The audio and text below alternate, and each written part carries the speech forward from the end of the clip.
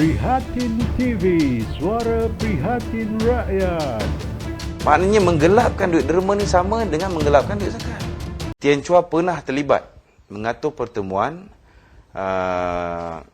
saudara Azmin Ali, saudara Khalid Jaafar dan Datin Sri Wan Azizah sendiri hadir dalam pertemuan dengan George Soros. Pertemuan ini pertama sekali, ini pertemuan yang cukup tidak beretika. Pertemuan ini berlaku tahun lepas. Dalam pertemuan ini, yang menyebabkan kami tahu tentang benda ini ialah kerana berlaku perselisihan pendapat. Ada sikit salah faham di antara wakil Tian Chua, seorang kawan wanita dia, yang hadir dalam pertemuan itu membawa 3 orang ni, Azmin Ali, Kak Wan dan juga Khalid Jaafar. Wakil tu nak masuk sama ketika bertemu dengan Soros. Kan? Tetapi ketika itu Azmin tak bagi masuk. Sebab Azmin nak minta duit dengan Soros. Dia takut ada saksi yang nampak benda tu. Jadi itu yang Izam report pada saya, pada Hamdan Taha, pada Zahid Ma'arif. Dalam kita punya inner circle punya discussion. Jadi itu yang menyebabkan saya tahu tentang pertemuan ini.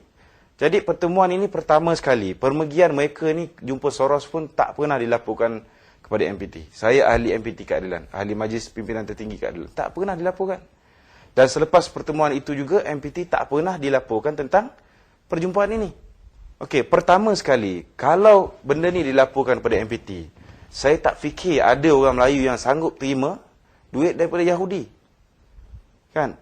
Macam mana kita yang mengatakan diri kita ni nak menegakkan keadilan dan mengatakan kita ni nak menegakkan kebenaran, kita boleh terima dana daripada seorang Yahudi, seorang penjangak mata wang yang telah merudumkan ekonomi Malaysia pada tahun 1997. Kita boleh ambil duit ni untuk menjatuhkan kerajaan Islam. Jadi kalaulah kita ambil duit Soros, kita ambil duit orang Yahudi ni, maknanya katalah selepas ini kita berjaya memerintah. Apa akan berlaku? Kita akan jadi sebuah kerajaan yang akur dengan telunjuk orang Yahudi. Sedangkan saya tahu dalam akaun rakan karib dia, Rahman Adnan, bekas pengarah IKD, ada 6 juta ringgit pada tahun 1999. Yang Izam buat pengakuan dia diterima 1 juta daripada ni 250,000 US dollar. Dia beritahu macam mana saat cemas dia bawa masuk duit tu daripada Tambak Johor masuk ke Malaysia.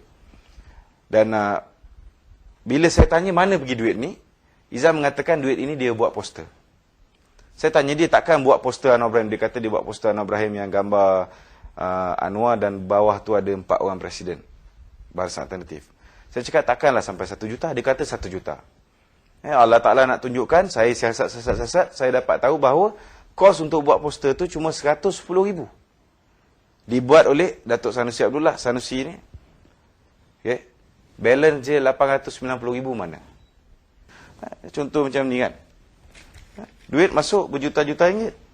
Daripada akaun Khalid Jaafar. Kan? Daripada yang ni daripada New York. Kan? Duit masuk berjuta-juta ringgit.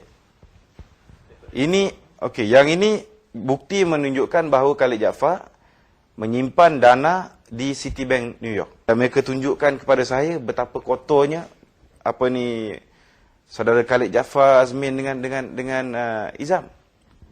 Jadi benda-benda macam ni semua, bukannya parti tak tahu. Itu sebab bila Izam keluar, Izam boleh banner banglo ni. Ini jelas. Mana dia nak cari duit banglo ni? Dia dah ada satu rumah dekat Kelana Jaya, Seksyen 7. Bapak dia pun ada satu rumah di Kelana Jaya, Seksyen 7. Kan? Dan rumah ini, dia kata dia beli rumah ni, cash kan? Ini semua di banner tunai. Dia kata dia buat tanpa dia buat dengan menjual rumah di Kelana Jaya. Saya dah cek. Dan saya sendiri tahu hari-hari Izam duk telefon minta cari orang untuk beli rumah ni. Kan? Sebab dia nak pakai duit untuk pilihan raya akan datang. Rumah ni masih belum jual, cuma dipindahkan ke nama adik dia. Yang kerja nurse ni. Tak betul dia. Jadi memang tak betul lah yang dia dah jual rumah yang lama untuk beli rumah baru. Rumah ni di banner tanpa sebarang loan. Tanpa sebarang loan perumahan.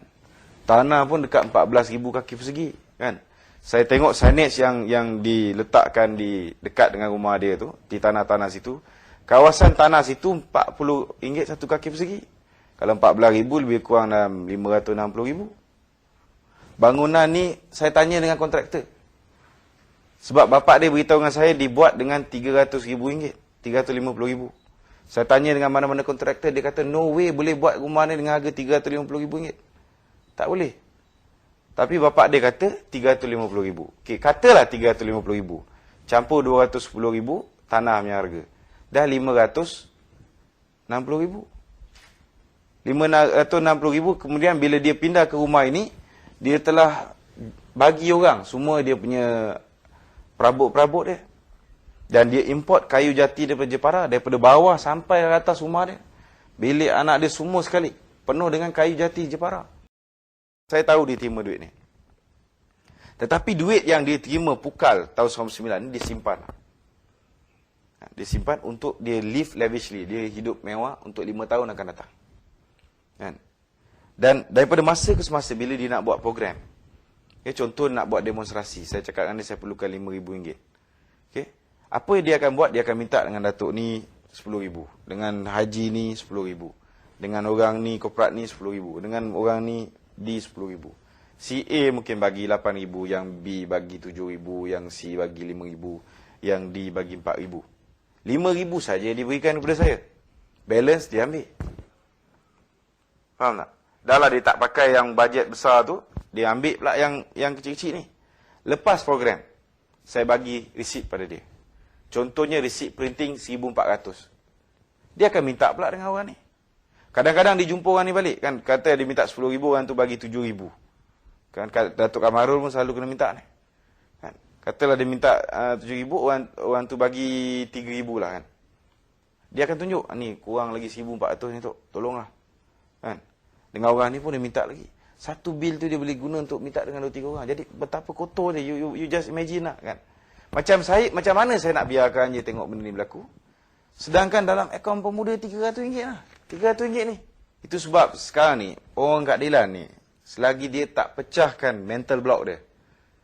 Mental dia yang mengatakan kalau Azmin hilang, maka parti keadilan akan musnah. Kalau keadilan hilang, maka kalau Izam hilang, maka parti keadilan akan musnah. Mereka perlu pecahkan dia punya mental block ni. Dia kena tengok potensi bagaimana parti keadilan ni boleh dihidupkan sekiranya duit ni tak diselewengkan lagi. Okay. Apa akan berlaku? Okay. Pertama sekali dari segi hukum.